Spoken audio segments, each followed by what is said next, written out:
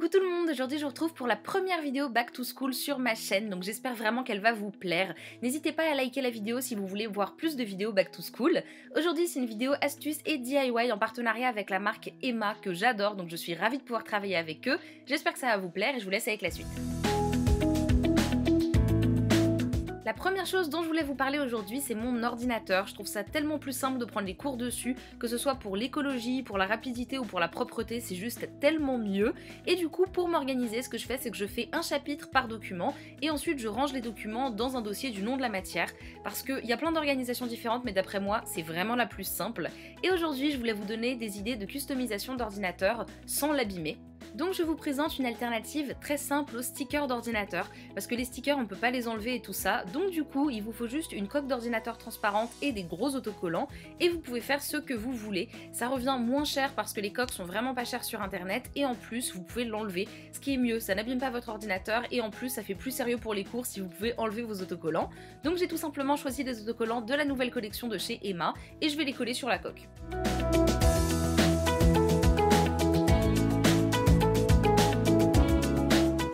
Comme vous pouvez le voir, j'ai eu un petit peu de mal à coller mes autocollants, donc quand vous collez des aussi gros autocollants que les miens, n'hésitez pas à utiliser une petite carte ou un petit bout de carton pour repousser, ça évite les bulles et puis c'est plus facile de les coller comme ça.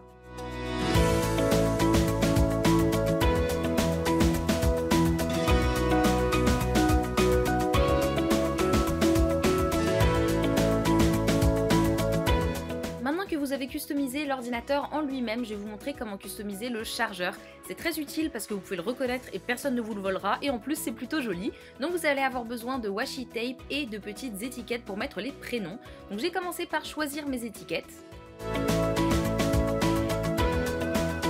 Ensuite j'ai écrit mon prénom dessus, c'est vraiment utile par exemple en cours ou si vous partez en vacances, comme ça vous savez que c'est le vôtre. Donc j'ai collé une petite étiquette sur le chargeur et j'en ai même collé une de l'autre côté parce qu'on peut jamais faire trop attention à ses affaires.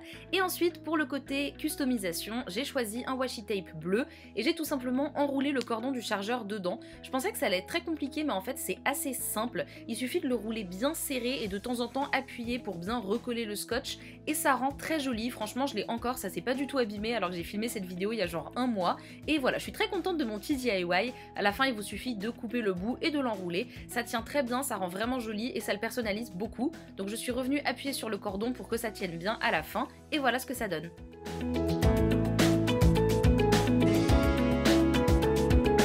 Même si je prends tous mes cours à l'ordinateur, ça n'empêche pas mes profs de me donner beaucoup de documents, et cette année j'avais beaucoup de matière, donc ce que je fais pour pas avoir un sac trop lourd, c'est que je vérifie les cours que j'ai le lendemain, je récupère les pochettes plastiques dans lesquelles j'ai rangé les matières en question, et je mets le tout dans ma grande pochette que je mets dans mon sac. Ça marche vraiment très bien pour moi, ça m'empêche d'avoir un sac trop lourd et c'est plus simple qu'un trieur je trouve.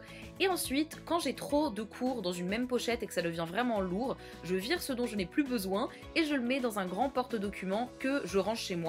J'archive dedans tous les cours de l'année, c'est vraiment pratique, ça fonctionne bien pour moi. Donc je vais vous montrer comment je customise mes petites pochettes.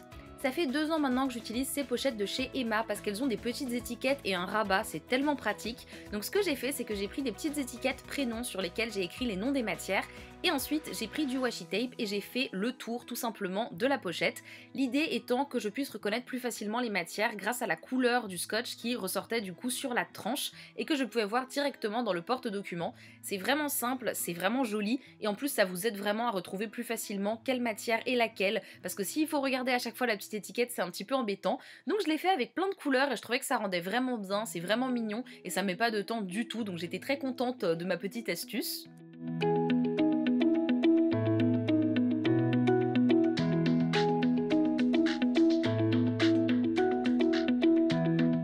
Par rapport au porte-documents que j'utilise pour archiver mes cours, j'ai voulu changer le devant qui est pas très joli quand même. Donc j'ai tout simplement tapé sur Google Images des citations que j'aimais bien. J'ai fini par trouver une jolie citation avec un joli dessin. Je l'ai imprimée en format A4 et ensuite je l'ai glissée à l'intérieur du porte-documents.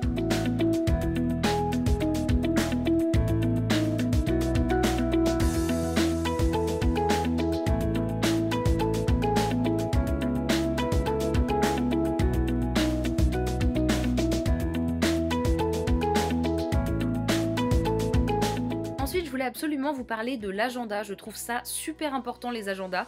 Beaucoup de gens disent qu'après le bac on n'en a plus besoin, je suis pas d'accord du tout, prenez-en un. Je m'en sers beaucoup que ce soit pour YouTube ou pour les cours. Et celui-ci de chez Emma est particulièrement cool parce qu'il a plein de choses dedans, des petites pochettes transparentes, des pochettes en carton, vous pouvez glisser plein de choses à l'intérieur et il est vraiment top.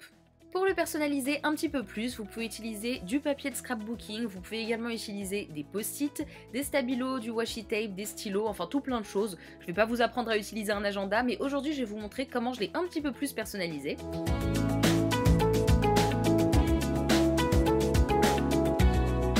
J'ai voulu changer la couverture de l'agenda et c'est vraiment très pratique parce qu'on peut le faire super facilement. Donc j'ai commencé par choisir du papier déco qui vient de ce grand carnet que j'avais également acheté chez Emma l'année dernière.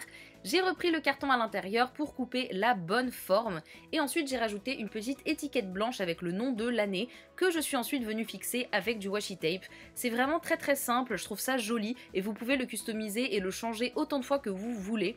J'aime beaucoup cet agenda parce que je trouve qu'il y a plein de possibilités de faire ce que vous voulez avec et voilà, vous pouvez laisser libre cours à votre imagination pendant l'année.